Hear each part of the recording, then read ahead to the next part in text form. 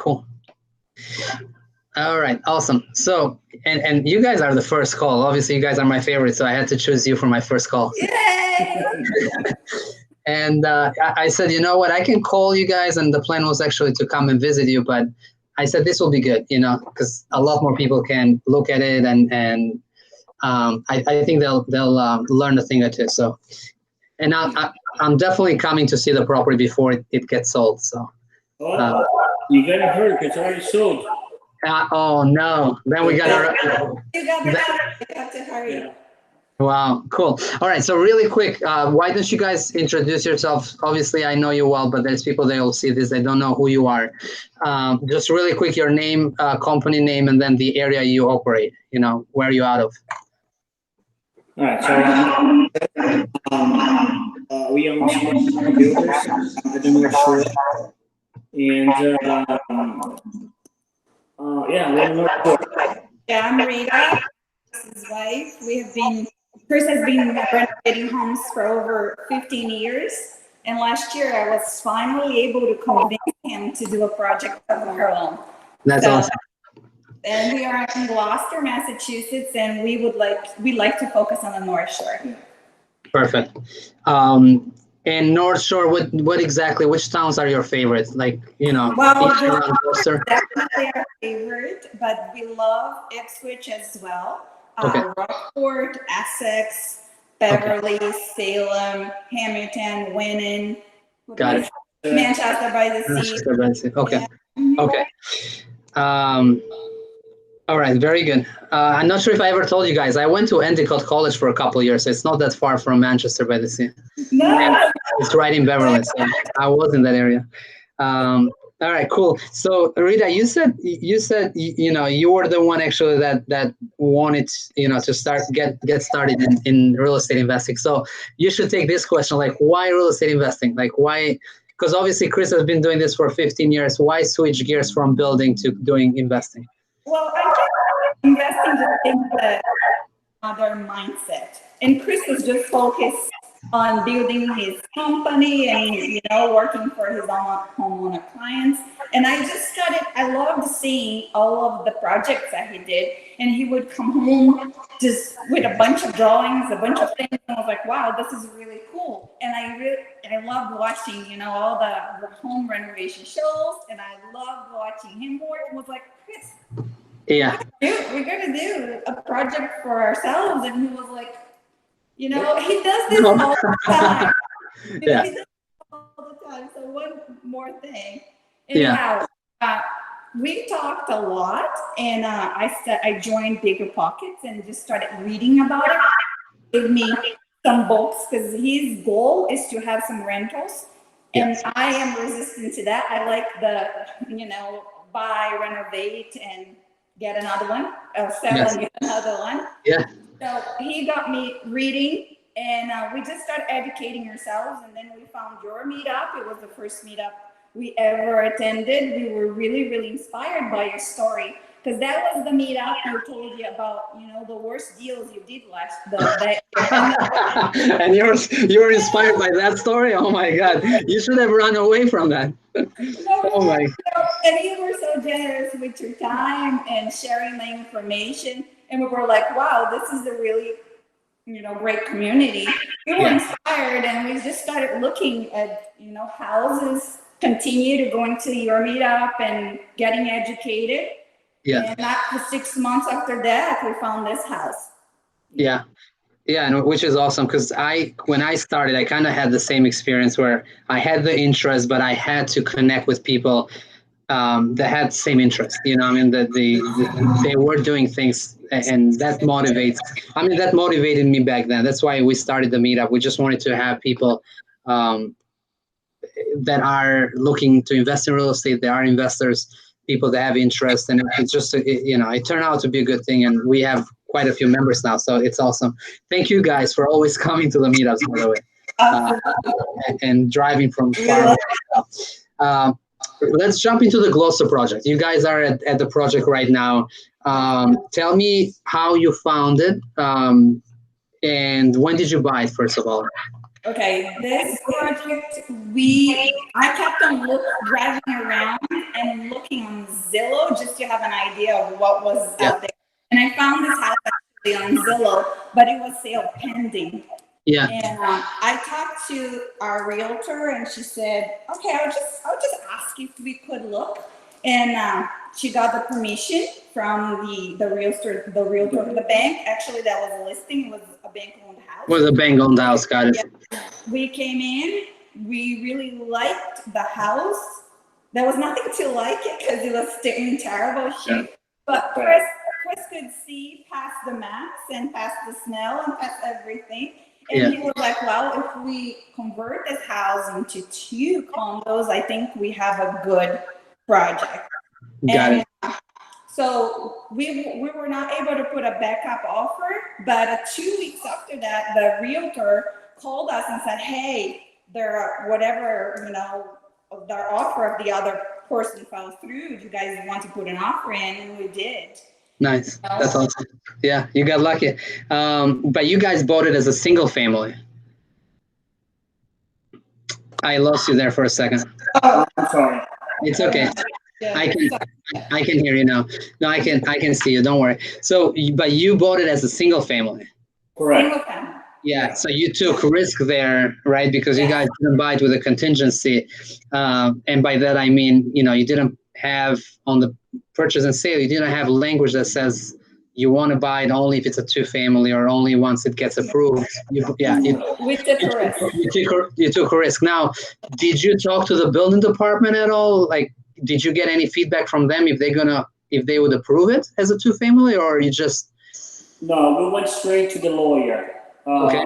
So, because here's the thing, the lot here, it's a non-conforming lot. So by right, we couldn't do a 2-family house. Right.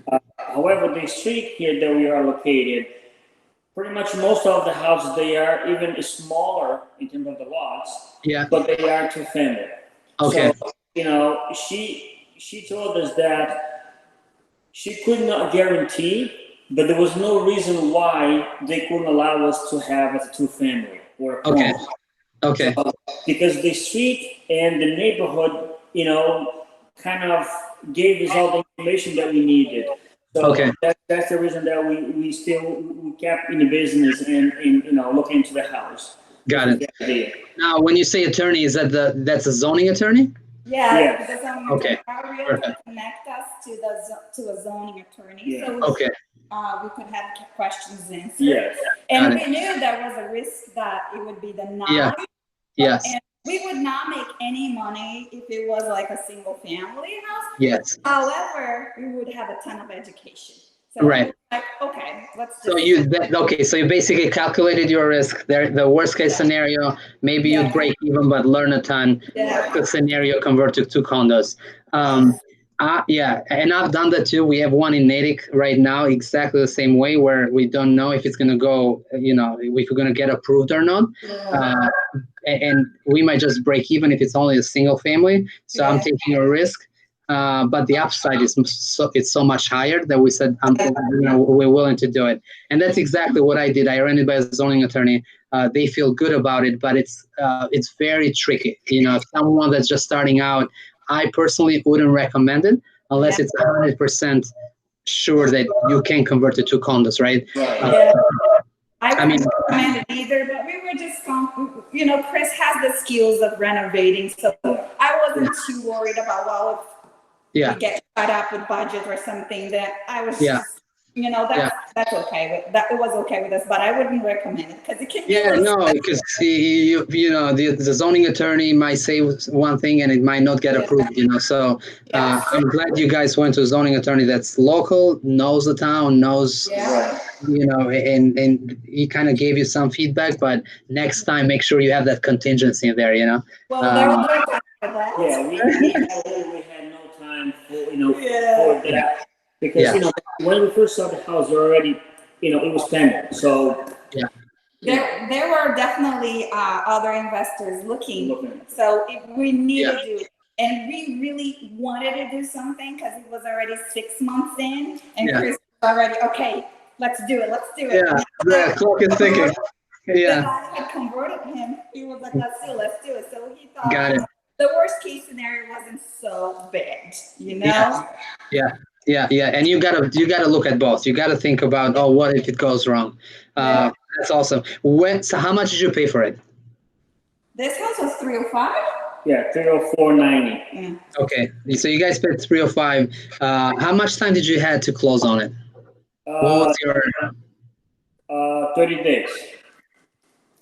30-day closing? Was an REO. So you had an agent. Obviously, that made a difference, right? Because you had an agent that you could write an offer right away. Yeah. What happened next? How did you raise the capital to close in 30 days? Well, we first of all, once we decided that we wanted the house, we put an offer on it, and then we had a kind of friend that knew a mortgage broker. Yeah. And we got in touch with that person, which at the beginning was okay. He was very helpful, but all of a sudden he disappeared. Right. It was very hard. He disappeared. I know. I remember this. Yes. Yeah. And then probably was like 10 days. I want to say 10 days before the closing date. Wow. Very close. Yeah. I couldn't find the guy anymore. He never got back to me. He never answered any texts, any calls, nothing. Just disappeared. Yeah. And I was frustrated because we gave Darren this money, but we want to continue the deal because we thought it was a nice deal. So and then that's when we got in touch with you, asking for someone that would lend us the money. So and then we came to Anne, which was was very helpful. She was so quick to act. Yeah. She analyzed the deal. She was like, great, let's do it. Yeah. And gave us the hard money, and we had, money in reserve to put into it. Yeah. Perfect. So I never had money. Got it. So Anne Bellamy, hard money lender, she took over 10 days, and she was able to pretty much get there with to the closing table and fund it. Okay. You guys, what was your skin in the game on this? 10% down, 15% down. What was? I think around there. We don't have to talk exact numbers, but just a rough idea. If you get a hard money lender, you put down 10%. They come in with 90% typically. Yeah, I think it was 10% down, and then plus points. Right, plus points, and then they cover 100% of construction. Right. Yes. Okay. Yeah, that's the benefit of a hard money lender. The other benefit, and I think I mentioned this to you early on, especially I like this thing is they can value the deal and tell you, hey, it's a good deal, it's a bad deal. It's like another partner. It's another set of eyes, right? And has told me before if it's not a good deal, and she was right. So because they have the experience, so it's just someone that can keep you accountable. So if she liked the deal, she saw opportunity there. Otherwise, she wouldn't invested with you guys, right? So, all right. Let's talk about the rehab. Let's, Chris, I know that's your specialty there. So what was scope of work? Was what, everything? A full gut rehab? Yeah, we probably left, the foundation and 10% of the structure. Okay. That's all left.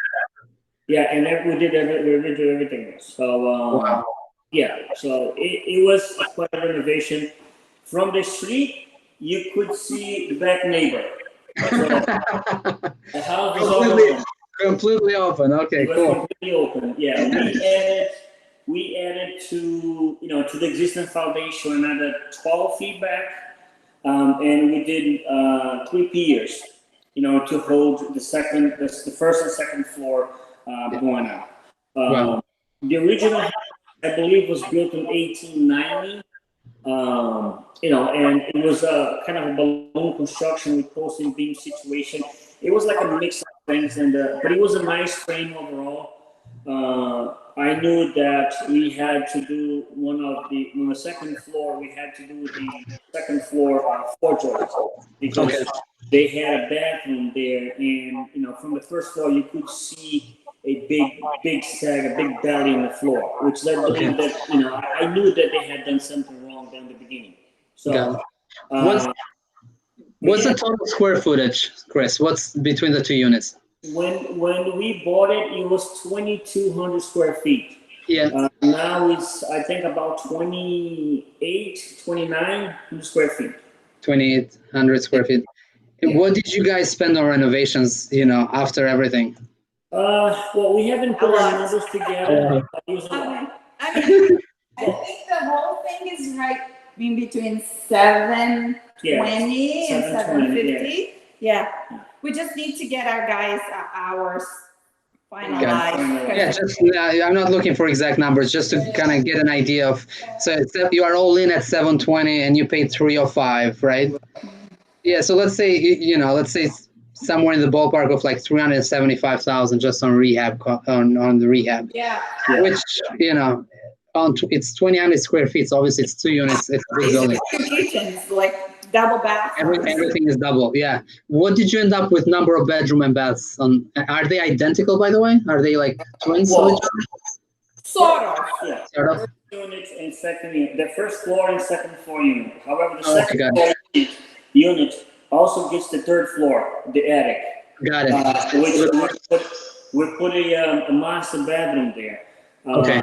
There's a pretty nice design bathroom. It's pretty cool. The layout of the two floors, they are identical. We got one bedroom in the front, one bedroom in the back, and then a full bath between the two bedrooms, a half bathroom off the kitchen, and the kitchen in the corner with the living space, facing the street. So both units are exactly the same, but the second unit has a third floor. Third floor. Okay, got it. Yeah. Okay. Perfect. And all right, let's talk lessons learned. I mean, obviously you have a ton of experience when it comes to construction side of it, but were you surprised on anything? Did you go over budget too? Even well, like when we first started, our renovation budget was $222,000. Less man hours. Less labor. So I mean, we were supposed to leave half of the walls up. We were supposed to save the hardwood floor. And we ended up replacing all the hardwood floor throughout the house. We, as I said, we only left about 10% of the house. Okay. So that wasn't planned. It wasn't planned. So on this house, we have, I think, 36 windows throughout the two houses. Wow. So the house, even if it comes night, it's still bright inside because there's so much. And you get light from all the corners. Yeah. That's awesome.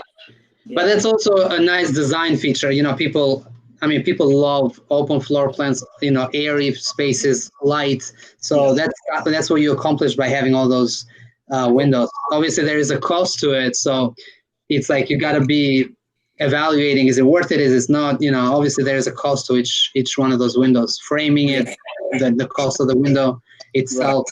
Right. Let's talk about lessons learned when it comes to the construction. Like, do you think you guys over improved it? And this is an exercise that I think can help you kind of think about it, because on the next one, you want to take these lessons and apply to it, right? I do this all the time. I still go over budget, so it's not like perfect science to it, but I like to kind of go over things and be like, okay, what did I do right? What can I do better? What should I improve? At the end of the day, this is a for-profit business, so we got to make money in order to keep it. What are your thoughts? Like, is there anything that you would change, or? I think the only thing that, because Rita and I, we have the same conversation over and over. She keeps asking me, what would you do differently? Yeah. And the more I look at the project that we did, everything that we did here is basic. We used colonial, trim. We used 5 inches, 5.25 speed base. So there's nothing here that's really expensive in terms of trims. There is something that you have to because this is a condo. In terms of lighting, electrical, it's a little bit different because fire code. It's very absolutely. So that is more expensive. So and even insulation, right? I remember seeing some photos. I think you guys did spray foam, right? yeah, we did spray foam, and the first floor from first floor to second floor floor joists. The building inspector, because sometimes you also have to please these guys because they have the power to approve or not approve. So Absolutely. and he came, he looked at it, and he said, "What you gonna do with the floor joists? With the boards on ceiling?" I said, "Well, I'm gonna do 5/8 blue board because that's cool. It's fire rated." He was like, "Yeah, it would be very nice if you did Roxo as well." I was like, really? So just right there was $1,000. Right. You know what I mean? Because the floor plan is about 1,000 square feet, 1,100 square feet. So just right there was about $1,000. Yeah. And that was just extra insulation above, in the attic, right? Yeah, I knew I had to do between the walls because separating the units. I knew that stairway kind of thing, but doing the ceiling, that was another hit. It was $1,000 more that I wasn't expecting. Luckily my insulation guy, he was very nice. This is probably the third job that he's on board with me because not only for myself, but he also does for my clients. So that's awesome. he was able to give me a break on that, and he only charged me the material. So $1,000 was only for material, not just materials, right? So that's the thing that we did. And going back, tiles, we try to get the best tile and the best price. Yeah. We didn't spend good money in tiles like the hinges that on the doors. We did black hinges. We were able to find, I think, 18 hinges for $30 something. Yeah. It's 6 pairs of doors for like $32, which is just a set of doors, hinges. It's like $10. Yeah. If you go to Home Depot, something like that. Yeah. So we were able to find good deals and look for good deals. I don't think that we overbuilt the house, but everything is done very nicely. The trims has quality that I would do in my client's house. Perfect. But we didn't overbuild, I think. And going back to the question, what would I change? And it doesn't have to be. It doesn't have to be on the construction side or design. It can be, anything that comes to mind. Like we talked about the contingency on the PNS. Something like that. It's something important. Like anything that sticked with you guys that you took from it. Being the first one, it might have been the price that you paid for it. It might have been your agent. It might have been anything, but just something that I think what I would have done differently. I would have had a third house in the back. Yeah. I mean, we still have from the house to the back of the yard. Yeah. We still have, I believe, 110 feet. Wow. So let me ask you this: so are there other properties that have another structure on the back, like a third unit? Wow. So we could have done this, I'm saying, but on the beginning we were so focused on the 2-family that I never thought about the 3-family. This is a huge point. This is huge because obviously if you take your time and you say, hey, I know I got hard money in this, let me actually spend an extra month holding it, but let's see and try to go, you shoot for 3-family. They might bring you down to 2, you still get your 2. Exactly. But you only asked for 2 and you only got 2, right? So why not ask? And we do this in Boston quite a bit where we ask for, a lot more. And if they get us down to our number, we're still happy. Right. So that is a good point. If you go to the attorney and they're comfortable with a 3, maybe a 2 up front and 1 on the back. Yeah. And now you have 3 units you can sell individually. That makes the numbers completely different, right? Yeah. So one of the things that I definitely would have done differently. And the other thing too is I think I would have gone to a different surveyor. It was very hard because with the surveyor that we used, we wasted 3 months on permitting. I mean, just zoning, not permitting, just zoning. Just the zoning process. Correct, because this is the first time that we're doing. We didn't know, and I think the survey. I think I would have gone to a different person right now. Okay, let's give people some timeline, just so they can kind of get an idea of this project. When did you guys buy? Do you remember? Not exact dates, but just the month. It was June 2019. So June 2019. 3 months for zoning. Is that what you said? No, 7 months. 7 months. So in 7 months, you didn't do anything. You just sat on it. Yeah. We were able to demo the house after begging them to let us at least demo the house. Demo it. Okay. And then it took you, what, 4 or 5 months to finish it? 4 months? We started the construction, heavily on January 3rd, I think. January 3rd. And then from there, we worked straight out here. And then we were doing really good until March, like timeline, but then Corona hit. And then it was really, really hard to get materials. It was like even simple things like pressure treated wood. Chris had the hardest time getting things here. In here. That slowed us down tremendously. Yeah. We only got one fridge. The last fridge that we got delivered today. So we bought it in June. I think it was June. No, it was May. May 27th. I think we bought the appliances, and it got delivered. The fridge got delivered today. The last one. Wow. They're so backed up. The stove, the range that we bought, they were so stocked. They stopped making the range. They stopped taking orders. Yeah. Got it. So who are you working with for appliances? I think I've asked you. Yeah, the guy you sent us. In Revere? Sales. Yeah. Because that sounded familiar, because we're going through that same issue. Yeah, they're good. Customer service is good and all that, but they have been obviously they are just it seems to be a nationwide problem, because I placed an order and they said, like, we have no idea when we'll be able to deliver. I went to many other places and they were all saying the same thing. Basically, all factories had to shut down. Yeah. There were no workers. Nobody was making any appliances. But I want to just point out that is one thing that we found out that I think we like to support local business, right? So the difference in price from where we bought the other appliances and from the city that we looked into as well here in Gloucester, it was only like $20. $60. Nothing. Yeah. So it was the price was pretty similar. So I think it's also good to look into your city, your town, and make sure that you can support them, support the business. Absolutely. Pretty good, yeah.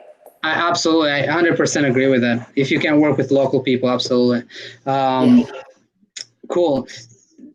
How different would that be for somebody that did this without the GC experience, like you guys have? If someone comes in and goes through this process, has the desire, has the agent, but doesn't have the background in construction, Well, first of all, don't do the conversion, because that is very sophisticated. There are a lot of things that we didn't know, and Chris had all the experience with contracting, but we had no idea how to turn a single-family house into a two-family.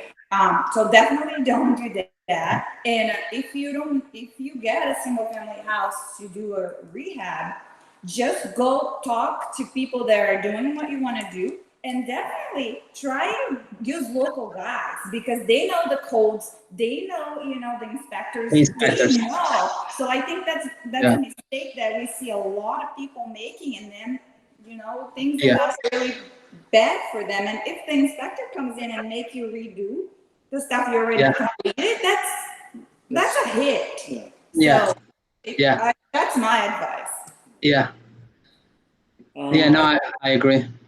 I think, using the subcontractors that we did, and for someone that has no experience with, especially construction, I would advise them to be very careful with the condo conversion. Not only with the condo conversion, but especially with the size of renovation that we did. I think that's the point.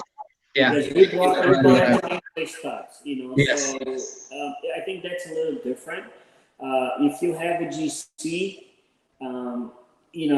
you still might not be the best one, or not the best one, but he might not do the right thing, and then you'll be in trouble. So yeah, and also cost, right? They're gonna add another 15-20% to whatever you spent, because obviously they got to make that their profit. So it is hard, and they're bringing in all the subcontractors. So if you don't like one of the subcontractors, you can't really do a lot about it because the GC owns the job. They have the permit. So yeah. I would definitely to see their portfolio, what they have done in the past, what sort of experiences they, have, and talk to people that has done work with them, because that's super important. It's your reputation, it's your name on the neighborhood. So you want to leave a good legacy here for your neighbors. You want them happy. You want them recommending you for people that they know that are Absolutely. No, I agree with you 100%. Yeah, look at what they did, and not just the last job site, but even prior. Come to the meetups and ask guys like Chris, see who they recommend, and I personally share people I like and work with. I have no problem with that. Some people like to keep them close to them, to their chest and not share, but to me, it does not matter. Like and is that it's important that we stay on budget and we save money. But if you want a good person working for you, don't be cheap on him. You can't be cheap. If you want him to take care of your job, you have to treat this person well with respect, and don't expect him to do cheap. Like we say to our clients, we're not competing here with other people because we don't sell you price, we sell you quality. 100%. I like that, and that's so true. Yeah. Call this project a flip because there's such, a stigma on that name. Absolutely. Like we have one lady on the open house that she came in and she said, "Wow, that's not the kind of stuff you see on a job that it's like that it's a flip." And Chris was like, "This is not a flip. This is not a flip. This is a new construction. I mean, it's a new build. Treat your people right, because they will take care of you. Because I see a lot of investors just being really aggressive with their contracts. Being aggressive. Them up, like not paying them on time, not treating them right. So if you want a good, strong team that is going to look after you, treat them right. It has to be a win-win all around. This is not, one side loses, the other wins. It has to be a win-win. I remember myself when I did my first job, I was going after like the cheapest plumber, cheapest electrician. It obviously didn't work out. You have to look at their quality of work, because then, we're doing it double. Like we're going back and doing the work twice. So right now, when I get quotes, I look at the cheapest. I don't ignore it. I just want to compare it to the others and see if I'm missing something. Why is this guy cheaper? And sometimes we go with that, and sometimes we go with the one in the middle, or even with the highest. Just depends on, how I know them, who they are. Like, you gotta look at more. Price can't be the only factor. Let's talk about how you guys sold this. You said it's already pre-sold. Like, did you close on it, or? We're closing at the end of the month. PNSs are signed, and I think finances are a little bit slow, so we're just waiting to hear. Their bank is just submitting the papers to the attorney. Okay. And it's just going back to our last question real quick. I think that's very important as well. Is that when you're doing this, tell your neighbors what you're doing. Neighbors? Yeah. Tell their neighbors what you're doing. So make them happy, because they're going to see the house that's, it's all beat up, and then you're going to convert that into something very nice. It's something that we're talking out, that the next part that we go in, that's what we're going to do. We're going to go in, we're going to say, hey, this house has, this kind of problem. So we're here to fix the problem. We're here to do this.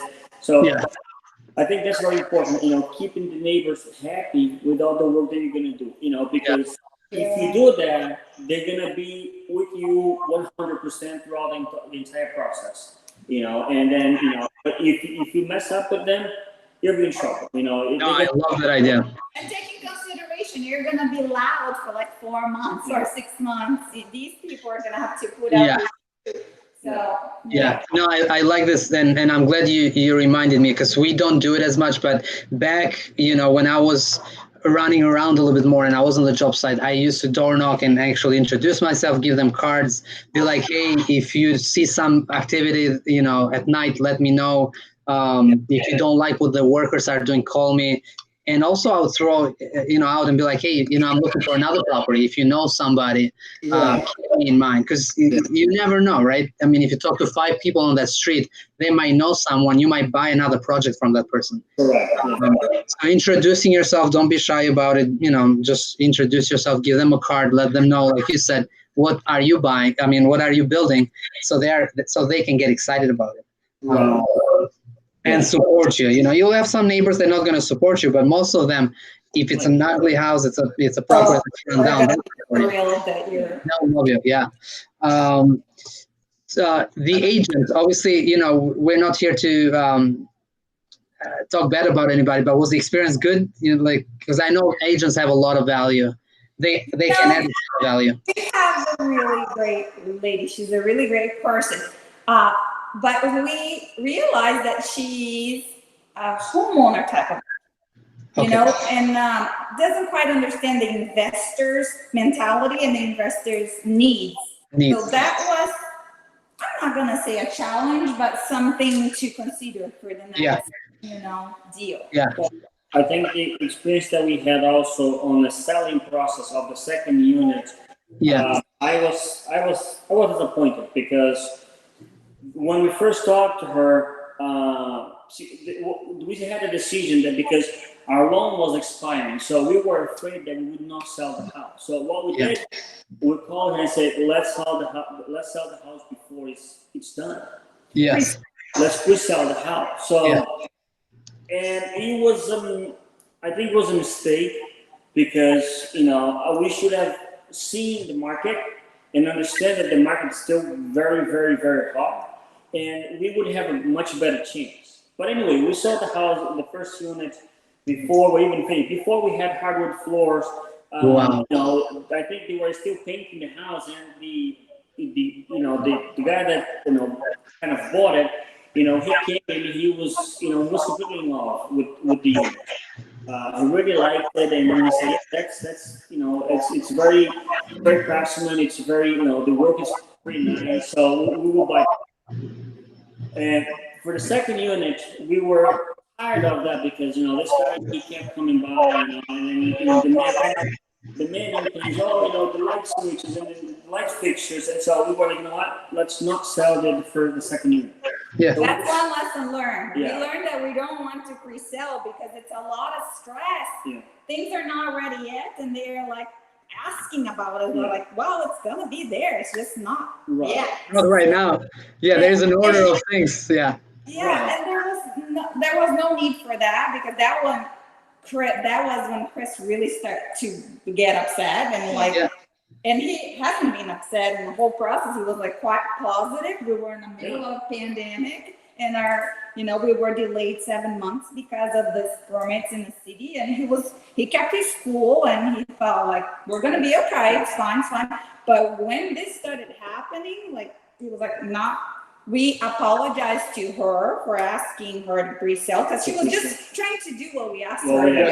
So we realized it was our mistake, so we apologized to her, and we was like, okay, let's just focus on finishing this house, get the materials that we can, and just go day by day.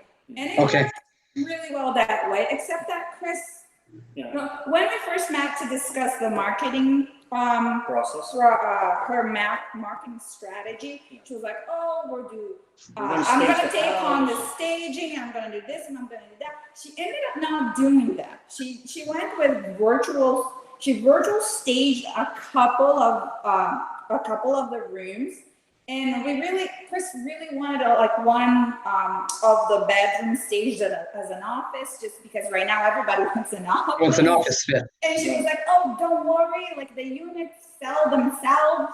We knew that. But it would be nice too to just present it a little better, and who knows, maybe get more, right? Yeah. Yeah. So he was a little disappointed with that. I was. Did you end up listing? Did you end up listing the second unit after it was done? Yeah, we did. That's what happened. So you were. Yeah, we did not list the first unit, but we listed the second but unit. We showed the first unit. Now, how did you do on the second compared to the first? Did you do better on price or? Well, for the square footage, we didn't do good, but for the market of the house, we did very nice. So I mean, we got more money than we asked for. Yeah.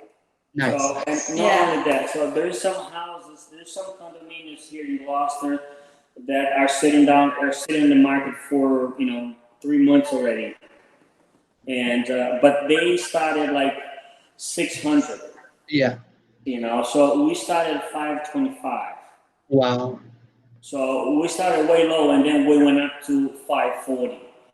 Good job. And the people that started about 580, they've been coming down. They're down to 515 now. Wow.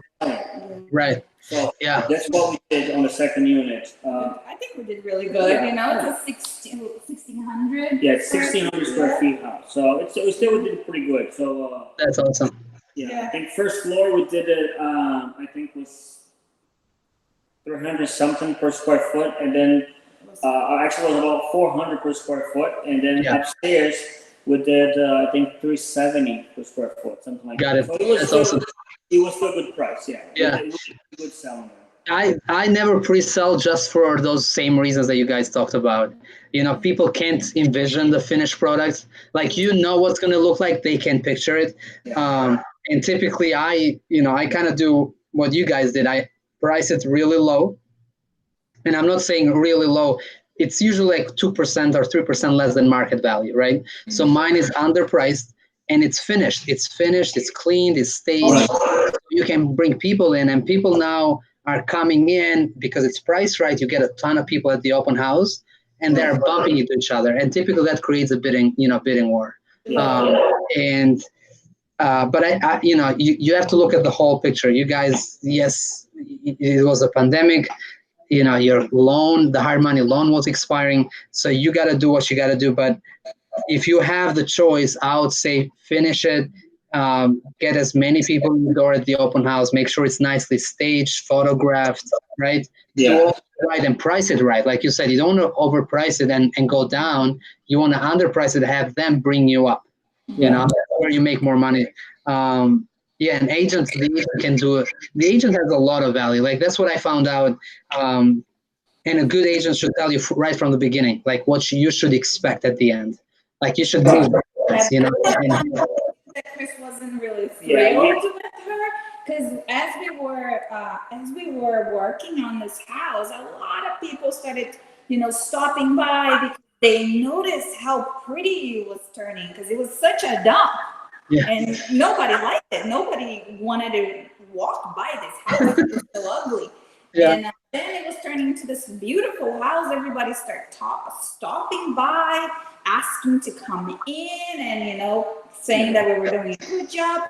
So we ended up getting an offer before we put it on the market for $499, and and she was like, "I think it's a good offer," and Chris was like, "No, I don't think it's a good offer. I want $525." I think the problem too is that looking at the comps around, some of the comps, all the other prices, they were too high for the houses. There's a house on around here. It's a condo too, and we know the builder. The guy's bad. He does a really bad job. And the house, he's not a builder, actually. He's a GC. He does crappy work. Yeah, so the house is pretty expensive. And but the thing too is, we had a friend of ours came in, and he gave us I was like, if you would have to be my realtor, what would you sell the house? And downstairs, this was what scared me a little bit, because downstairs he was like, well, we would sell downstairs for $460. I was like, okay, that's a good price. What about upstairs? I was expecting $600. He was like $478. I was like, what? So for me that didn't make any sense. Yeah. Okay, so fine, but we knew that we couldn't get at least 525 for upstairs. And when the realtor came, we talked to her about it, and then they brought some comps, her and her partner, and then the downstairs they want to go for 400, 420, 399 max. 399 max.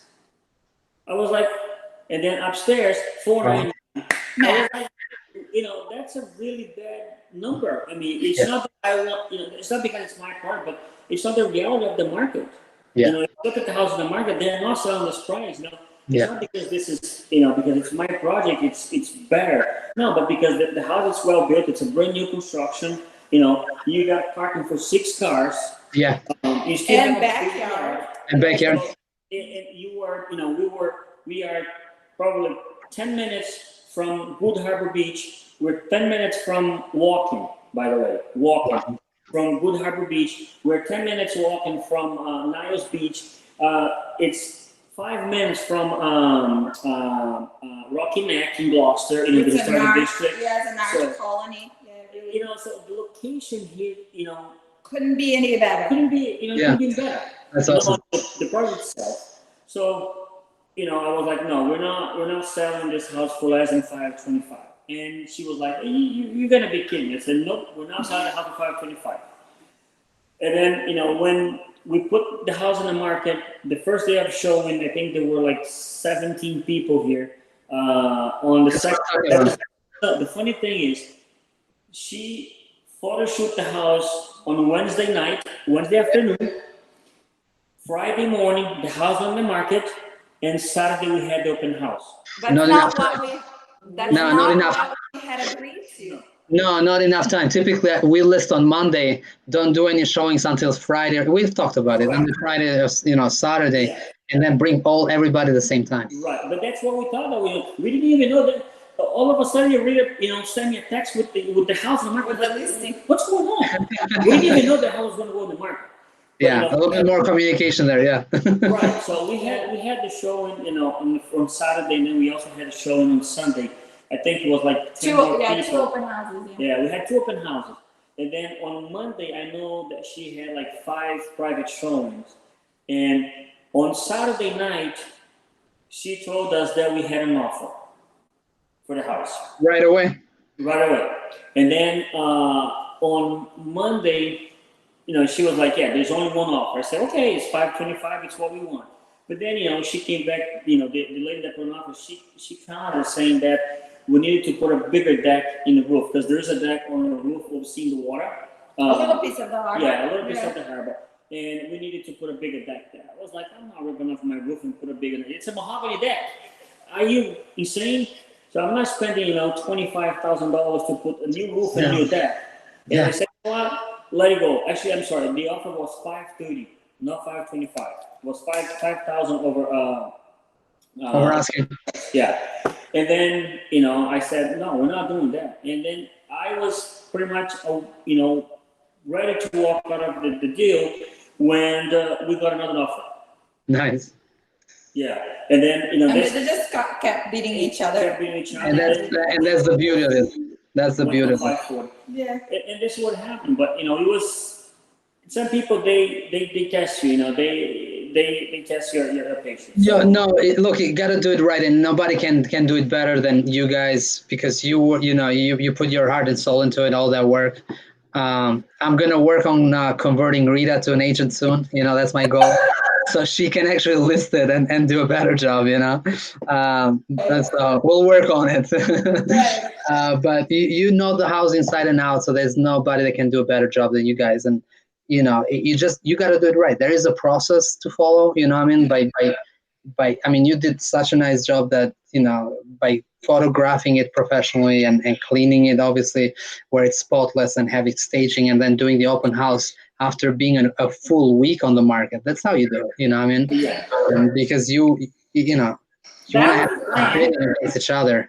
Like, you don't want the agent shouldn't work against your price. Should work to increase your price. Yeah. And there's good agent obviously should go into should be prepared how to handle bidding war. Because you can get a lot, something. I mean, you can get a lot more than asking price. We had a project in Acton.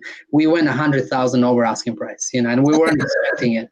Just people going against each other, and then yeah, we were surprised how we ended up with that. But it's like people wanted the house, so they were bidding against each other. I think one of the reasons that we also kind of didn't wait is because the loan was expiring. So we needed to close, even though Anne has been amazing to work with us, in all the process. Every single time that we had that she came to see the house and to release the funds. They have been amazing, and in terms of the entire process. So we're like, no, we don't. It's not that we don't want to pay more interest, not only that, but also, I think we had an agreement that it was a certain time that we should have gone through. Yeah. And we didn't want to go over that again. In fact, I think the loan expires now on the 15th now, next week. So, but she already knows that we sold the house. We're just waiting for because the banks are so busy, and it's taking a lot longer to process every mortgage right now. Yeah. So, and then she knows that, but again. That's an important point, though. That's an important point. Right. So then she understood, and with the virus, with the COVID situation, doors took like, it's not only a week because we did a 4-panel door. It's a common door. So it took us, I think it was supposed to be like a week and a half lead time. It took us about 3 weeks to get it. So, because apparently so it was a little different process because of the COVID situation. But I think overall it was good. It was good. It was good. What you sold the top one for 540? What did you sell the bottom one? For 450. 450. Got it. We're still really good, Right, that's what I was gonna say. It's still a profitable deal. It's still very profitable. Yeah, probably 6 figures. That's not bad for the first year. That's awesome. It's almost $1 million of after repair value, right? Yeah. So yeah, awesome. One last question? I mean, 2 questions. One is, what's in the future for you guys now? What's next? Like what's your goal moving forward after this experience? Well, I think first of all, we're still waiting for that deal in Raleigh. Raleigh, Georgetown. Somebody signed that deal up. That wasn't, I was looking into it and I shared it with you guys, but I think somebody already got that. I'll work hard to find you guys another one.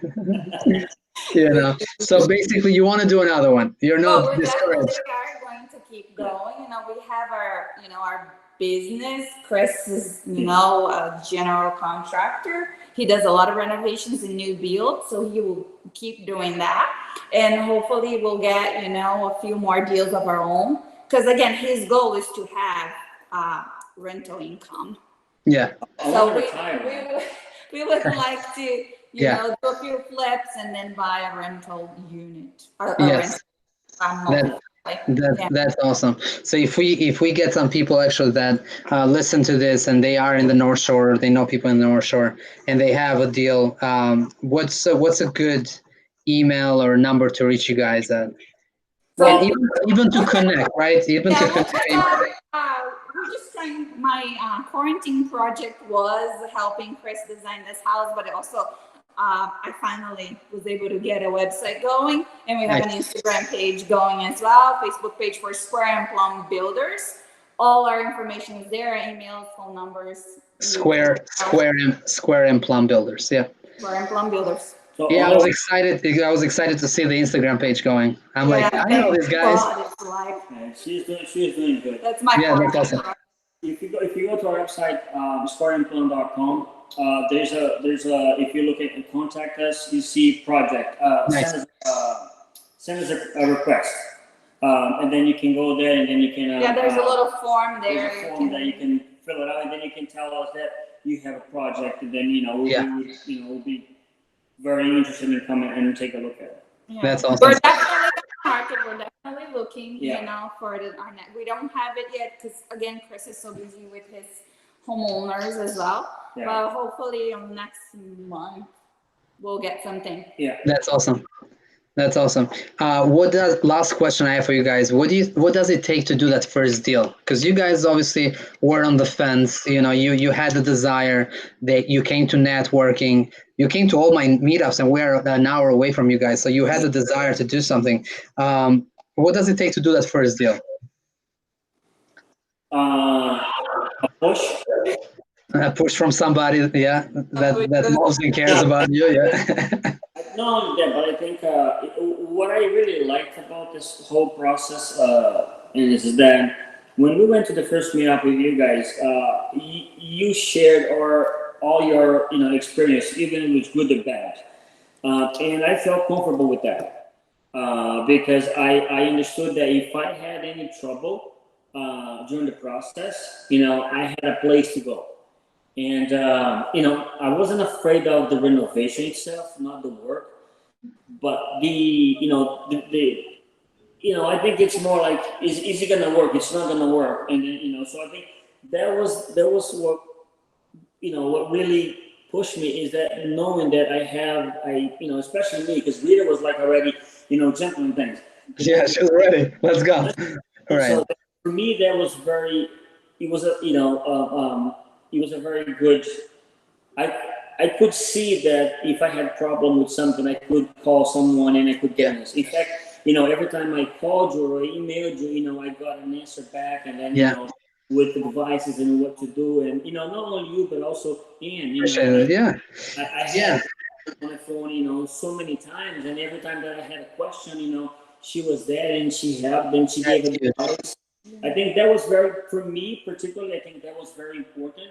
Yeah. Knowing that I had someone that I could call, not only Rita because I knew it, but outside, someone that was experienced already with this kind of situation. I think that for me was Yeah, it definitely takes, a strong will to want to be a problem solver, to want to take the time to educate yourself, because this is serious business. Yeah. You really want to surround yourself with like-minded people. So that's my take on that. Yeah, no, those are all really good points. You got to have the support system in place. Regardless if it's the hard money lender, the meetup, an agent, you got to have those people in place, and then that makes it a little easier to jump ship and take. But you got to take action though. You got to take that first step. You guys calculated you did take risk, but you took calculated risk. You looked at your worst case scenario, and you did it. You did the first one. If it's a six-figure profit, man, that's good for you guys. Because the first one, a lot of things you don't know about, right? And so it gets better. It gets better from here. It gets easier from here. Yeah. Typically, you have the experiences. So every aspect of it, what the cost is for holding it. You know what the cost is for attorneys, and and for everything else. So. And even for rehab budget, right? It's different renovating for somebody else and different renovating for yourself. I'll tell you something. It's very. I really had the taste of it, right? It's really different when you're working at a client that has hired you to renovate, and you open the wall and you see something unexpected, and you write a change order. Yeah, change order. Yeah. But when it's your wall, it's your wall. That's your change order on your bottom line. That's right. So you have to. That's why it's important that you plan this, that you take the time to get educated. Because in our case, that problem with the wall, it was like a $10,000 problem. So having to replace our beautiful floors, but they were so stinky, we couldn't get the smell out of them, was also a $10,000 problem. Imagine that. You have to get yourself prepared. And of course, I think for us, this first deal was different than the average person because Chris is a builder. That's what yes. But somebody that doesn't have like that one person, that one contractor that you can go and ask questions. Just try to meet with somebody that does. Everybody needs help. Yeah. Like You probably, you know, could use Absolutely. somebody just to bring Absolutely. your mail to the post office or something. Everybody has something to offer, so there are ways you can start with this business if you don't have the type of, you know, experience that Chris and I do. You know, there are definitely ways. Like, we would love a person to drive around for us because we don't have the time to do that. Yeah. So, you know? Yeah. Find us deals and yeah, absolutely. No, that's such a good lesson. Absolutely. Awesome, guys. I think we're just at that 1 hour mark. I love it. I think there was so much in here, you know. So I'm gonna share this right away on an email to the meetup group because it's yes, we're chit chatting, we're talking about this project, but there's so much information in there and some lessons that somebody that pays attention can save a lot of money or they make that next project successful. So let's wrap. Hopefully you hit the date of end of month and you get paid, and then let's focus on getting the next one. You can't celebrate too much, so you can't do anything right now. So we had to start for probably 6 months. I know, and especially in the beginning, I was like, I could not sleep. I was just so, it's a lot, but I think it's worth it. It was profitable. You learned a lot, and it just you're not only a builder now, but you're a builder and investor. You know how to so that is. Well, if anyone needs our help in terms of having a question or if they're trying to do the same thing that we did and they don't know where to start, even if they hire a different GC, if they want an opinion, just reach out to us. If we can help. Sometimes people are too far away, but I went to what's his name? Clinton. I went to Clinton with what's that guy's name? He goes to your meetup. Andre. Yeah. I went to Cleveland with Andrew to see a project he was doing, So wow. the job, it wasn't, there was no way he could do it. All right. But way too far for you guys. It's over an hour away from you. I know. Wow. It's an hour and 30 minutes from here. But I was able to give him good advice, and he's now well-informed to move on with his project, So I think that's what I'm saying. So if people need, our help and advice here in the North Shore, in your area, just give it a shot, and then if we can help, that'll be very helpful. That's why we got the support from you. Yes. So let's pay it forward, right? That's all. Congrats, guys! I'm glad you're doing well.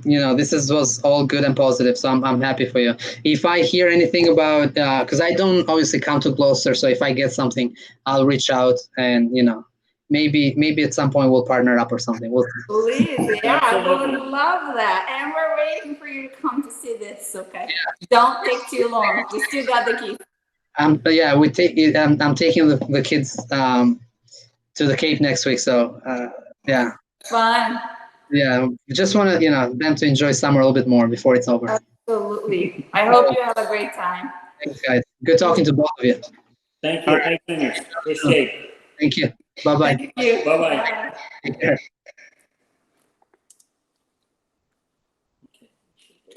How was that? It was good. Mr. Investor. Do you think it's a little cooler now? No. Very hot. This is not blowing. For some reason, it's not blowing. Fala, coração. Ok, vocês estão aí ainda? Não. Eu estava numa ligação, não podia sair, não.